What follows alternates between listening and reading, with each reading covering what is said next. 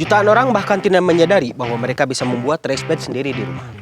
Dan Anda adalah salah satu dari mereka. Halo, nama saya Gianjar Saribano. Saya seorang petani rumahan profesional. Semua yang Anda lihat ini bisa saya raih dalam waktu kurang dari 1 minggu. Tetapi, hal yang terpenting yang pernah saya dapatkan adalah pengalaman yang tidak ternilai. Dan saya akan membagikannya kepada Anda.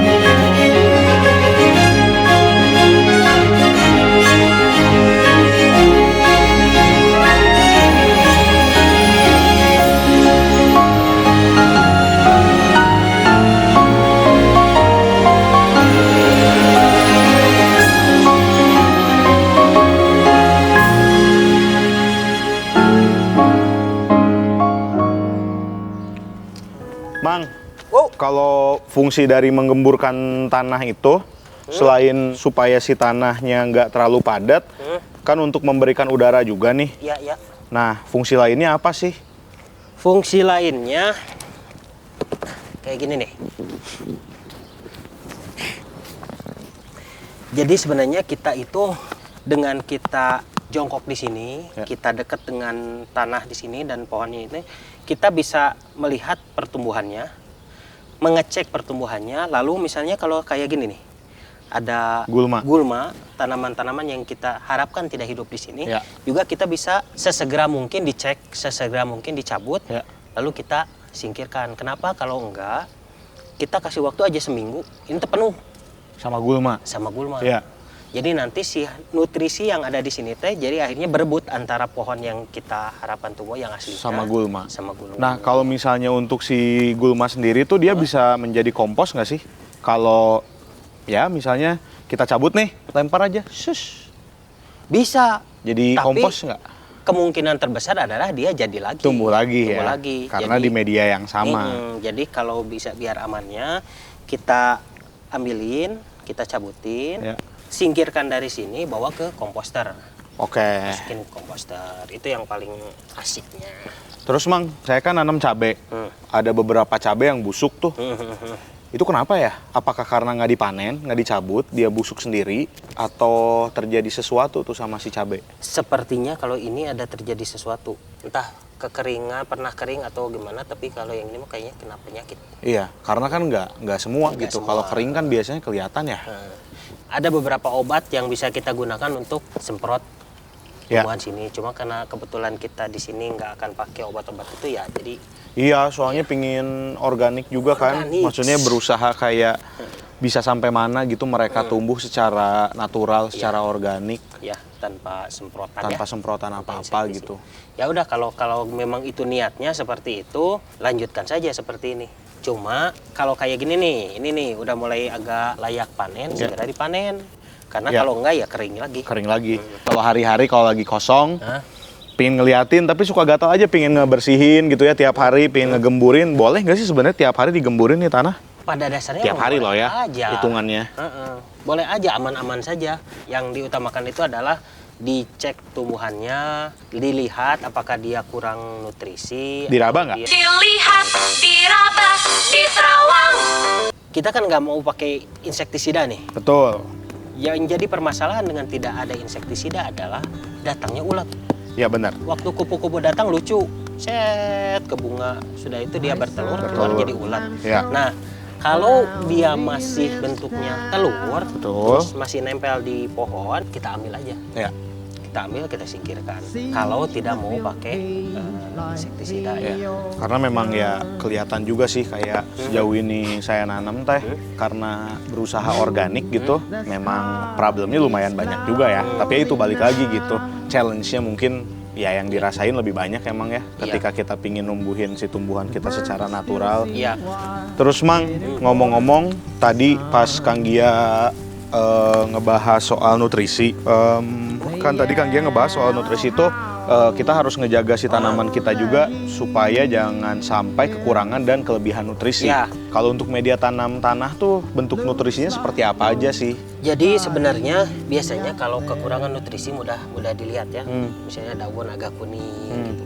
Nah, yang lucu dengan tukang tanam hobi ya, senang-senang itu adalah setiap dia ditawari pupuk, apalagi kalau menggunakan kata organik, Ya. entah itu organik benar atau organik atau enggak, dia beli, dia kasihin. Sama sih saya juga kayak gitu. Kayak punya pupuk dikasih sama temen, pupuk apapun itu misalnya. Ya. Rasa-rasanya tuh pingin langsung kita Langsung beli, kasihin. Nah, sama aja kayak punya anak. Dikasih apa, punya makanan bukan apa, kasihin langsung gitu. Nah, pernah ada yang nanya juga, Kang ini pohon saya kenapa ya daunnya sih bagus, gede-gede, tapi nggak mau keluar buah. Oke. Ternyata usut punya usut, Overnutrition. overnutrisi. Dia kelebihan di nitrogen.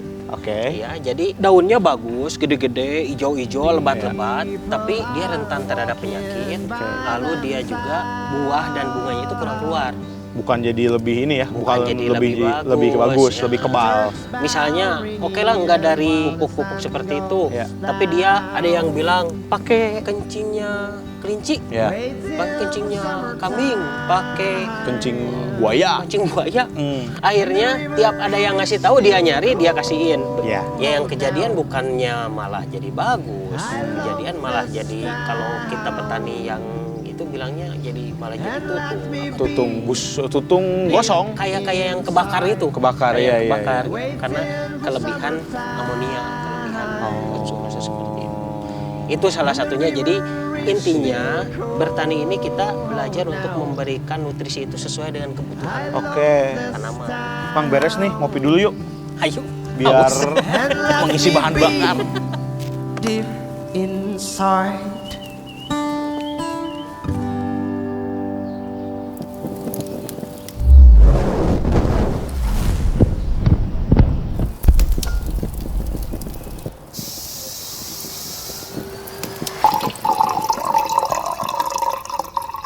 Terus Mang, Cheers. untuk hari ini Untuk hari ini. rasanya tuh ya kopi banget. Tidak berubah. Tidak berubah. Dengan bikin rice bed itu sebenarnya kita menggenapi elemen itu, yaitu elemen sistem pengakaran. Encourage. Jadi ada sedikit perbedaan saat kita di hidroponik. Hidroponik juga udah ada akar, tetapi fungsi akar di hidroponik itu lebih dia sebagai penyerap sari makanan saja. Ya. Sementara fungsi dia sebagai jangkar untuk bisa berdiri ada di rice bed ini. Betul. Dengan kelima elemen ini sudah kita terapkan, Bapak Hedi sudah layak disebut petani. Tepuk tangan. Berarti kalau kita review nih dari apa yang udah kita lakukan dan pelajari ya, dari 5 elemen ini, semuanya tuh kembali lagi ke niat kita. Iya. Yang dimana banyak orang yang bilang bahwa untuk melakukan semua ini tuh kan susah. Ternyata setelah kita udah mempelajari kelima elemen itu ternyata nggak susah. Mang, Enggak gitu. terlalu susah selama itu diperhatikan. Terus Mang, ngomong-ngomong ya perbedaan nih dari kita melakukan penanaman dengan rice bed seperti ini. Bedanya apa sih kalau misalnya kita nanam tumbuhan di medianya itu pot? Ya, Sama-sama tanah juga kan di dalam sama-sama pot. tanah. Nah, jadi sebenarnya kita mundur dulu mungkin ya. Raised bed itu sebenarnya lebih ke kita menanam dengan posisi tanah yang ditinggikan Ya. dari tanah permukaan aslinya. Ya. Sesederhana sebenarnya kalau kita menaikkan tanah tinggi tanpa pembatas pun itu sudah bisa disebut raised bed. Tapi Ya, kan pot juga sama pot sih sebenarnya. juga Ya. sama, pot juga bisa disebut raised bed. Cuma saat kita bertanam itu kita tidak semata memperhatikan tumbuhan, kita juga memperhatikan estetika. Ya. Kalau sekedar menanam sampe, kita potong, kita lempar juga jadi. Benar. Tapi estetikanya di mana? Ya. Nah, akhirnya kita mengenal dengan raised bed. Seperti halnya pot, dia bisa disimpan di atas tanah beton juga. Ya. Kita tinggal tempatkan, isi dengan media tanam. Berarti pengaplikasiannya tuh bisa sangat connected dengan urban farming juga Bisa. ya. Misalnya di rooftop Di gitu ya. rooftop bisa. Dengan ataupun di area taman yang memang bawahnya bukan tanah kan, Iya. misalnya ada juga ya yang Itu. areanya bebatuan atau Iya, gimana gitu seperti kan. Itu salah satunya bisa. Lalu untuk mereka yang misalnya di pantai, Ya. yang tanahnya itu banyak pasirnya. Ya. Itu bisa diakali dengan pembuatan rice bed juga. Nah, Nah, seperti itu. berarti kalau rice bed itu tuh pot versi besar. Bisa disebut kayak gitu. Jadi juga. maksudnya kalau dari sisi fungsi berarti sama-sama aja, Mang. Dari fungsi sebenarnya sedikit berbedanya itu kalau pot biasanya dia movable ya. Iya. Bisa dipindah-pindah. Lalu dia bisa lebih enak kalau dia di indoor. Iya. Walaupun di outdoor juga nggak ada masalah. Iya. Jadi apa yang kita lakukan selama ini dengan bertanam di rumah ini menunjukkan bahwa di rumah menanam itu mudah. Iya. Jadi agar supaya untuk kita tetap produktif di rumah. Bener, Jadi nggak ada alasan kan untuk kita rebahan terus di rumah. Cocok, cocok, cocok, cocok, cocok, cocok, cocok, cocok, cocok, cocok. Ya udah, kalau gitu kita bikin lagi rice bed dari awal, gimana? Wah, boleh juga. Ayo kalau gitu.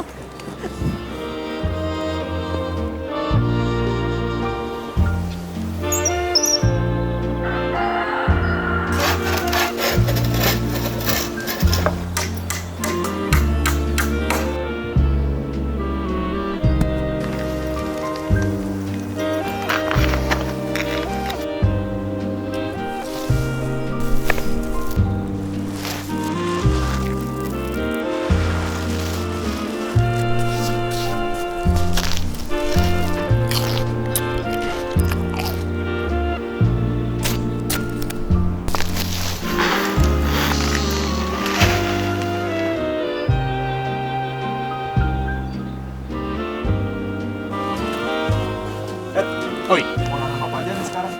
sekarang saya mau nanam ada seledri, sosin, beet, ada selada, sama ada kemangi. Kenapa pilihan tanamannya itu? Pilihan tanamannya ini sebenarnya nyari yang termudah dan yang paling dibutuhin buat sehari-hari masak aja sih sebenarnya.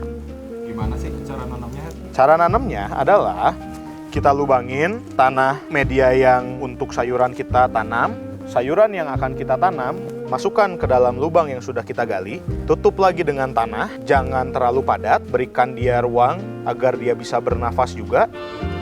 Selesai. Mudah bukan? Sebenarnya ada perlakuan yang beda nggak sih tiap jenis tanaman kalau buat mau nanam? Manggia! Sini! Kayaknya Manggia yang lebih wise untuk menjawabnya. Tiap jenis tanaman kalau secara basicnya sama saja ya, tetapi detailnya itu ada yang berbeda sedikit-sedikit. Misalnya dari medianya yang dibedakan. Kelebihan dari rice bed itu kita bisa membuat itu per cluster. Misalnya satu rice bed ini untuk tanaman yang relatif agak tinggi, satu rice bed lagi untuk herbs seperti di sini contohnya, satu rice bed lagi untuk sayur. Jadi dengan rice bed ini kita bisa tanam banyak tumbuhan dengan klaster-klaster yang berbeda dan itu bisa kita lakukan di satu tempat. Contoh, kalau satu waktu ingin nanam kopi di rice bed, kopi itu butuh cahayanya itu sekitar 50-60% saja. Jadi harus ada naungan, simpan rice bednya di bawah pohon. Kalau mau nanam kaktus, medianya itu harus yang relatif kering dan tidak membuat air tergenang. Itu tentu saja dibedakan lagi. Bagaimana? Mudah bukan? Udah bukan? Pangeran, Oke, thank you Mang. Aduh, hujan Mang. lanjut. Lanjut aja ya. Lanjut. Jadi proses terakhir dari di rumah menanam kita hari ini adalah menyiram. Cara menyiramnya adalah siram saja dengan merata. Ada aturannya nggak sih kalau nyiram? Sebenarnya kalau aturan menyiram sih, kalau buat saya jangan terlalu berlebihan menyiramnya. Ya. Siramlah 2 kali sehari. Kalau saya pagi dan sore. Kalau kayak hujan kayak gini dibiarin kehujanan aja apa tetap disiram? Saya pindahin ke dalam rumah. Do you ever look at someone and wonder what is going on inside their head? Untuk sekarang siram aja. Kalau kejadian hujan kayak gini, sebenarnya yang harus kita lakukan adalah cek aja. Karena kan ini di bawahnya ada plastik, cek apakah air hujan itu tidak menggenang, tinggal dicek aja ke dalam. Kalau ada air basah berarti itu kurang lubang, tinggal dikasih lubang lagi aja. Mang hujan, yuk kita ngopi di sana aja deh. Yuk, yuk.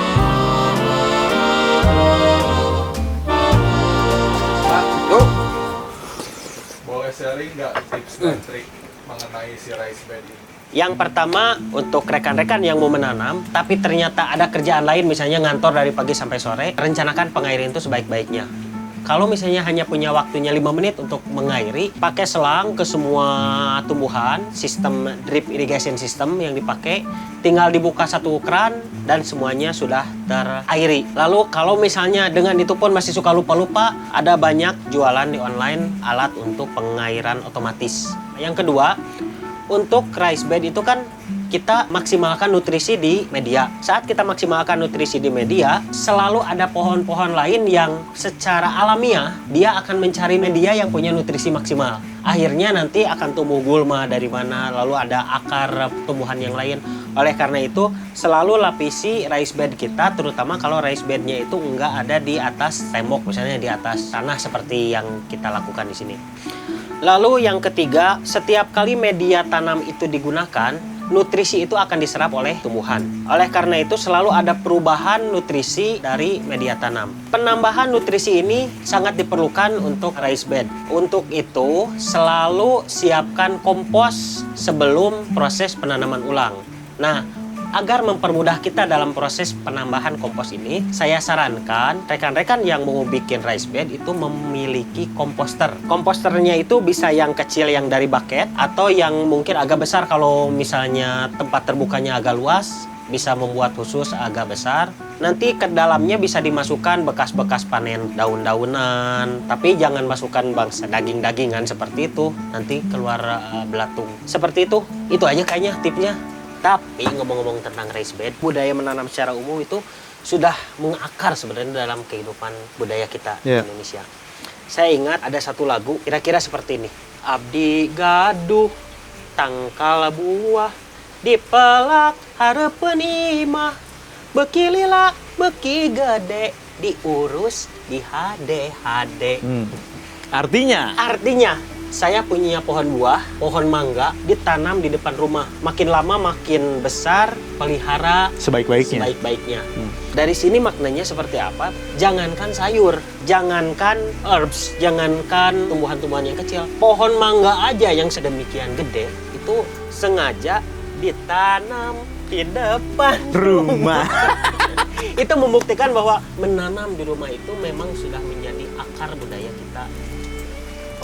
Jadi untuk saya pribadi, bertani itu adalah tentang hubungan kita dengan bumi melalui tumbuhan sebagai perantaranya. Jadi saat kita ingin mempunyai hubungan yang baik dengan ibu, dengan bumi, dengan Mother Earth, lakukan semuanya dengan hati. Ya, bener banget sih, Mang. Karena kayak yang saya rasain gitu, ketika di rumah menanam, yang saya lakukan pertama tuh kan berusaha untuk merubah cara pikir dulu, merubah mindset yang biasanya segala dimudahkan.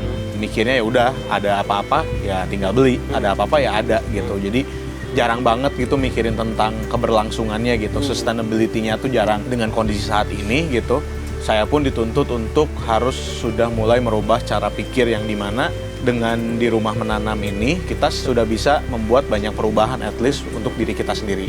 Ketika sudah mulai dicoba nih di rumah menanam ini, ternyata yang awalnya terpikirkan bahwa ini tuh susah, ternyata enggak. Ternyata kita tuh bisa gitu. Kita tuh bisa untuk melakukan ini. Tak terkecuali kegiatan yang lain juga gitu. Hanya salah satu kegiatan kita di rumah kan. Berarti kegiatan-kegiatan apapun tuh bisa kita lakukan gitu. Yang kedua, ketika mindset kita sudah dirubah dan kita sudah menjalaninya, ternyata apapun yang kita lakukan itu tuh sebenarnya bisa kalau kita mau, ya kan? Persis, betul. Udah sore tapi masih hujan, Mang. Di sini dulu boleh? Sini dulu lah, santai. Ngapain hujan-hujanan? Bang, jangan lu tidur. Besok kan udah beres nih kegiatan kita yang tanam-menanam. Gimana kalau besok kita masak aja dari hasil yang kita tanam? Setuju. Kebenaran. Kebenaran ada beberapa masakan nih yang pingin saya masak. Terus ada daging juga. Ada. Ya, Ya, kita masak besok lah. Oke. Sekarang mah Santai dulu. kita nggak dawung dulu aja.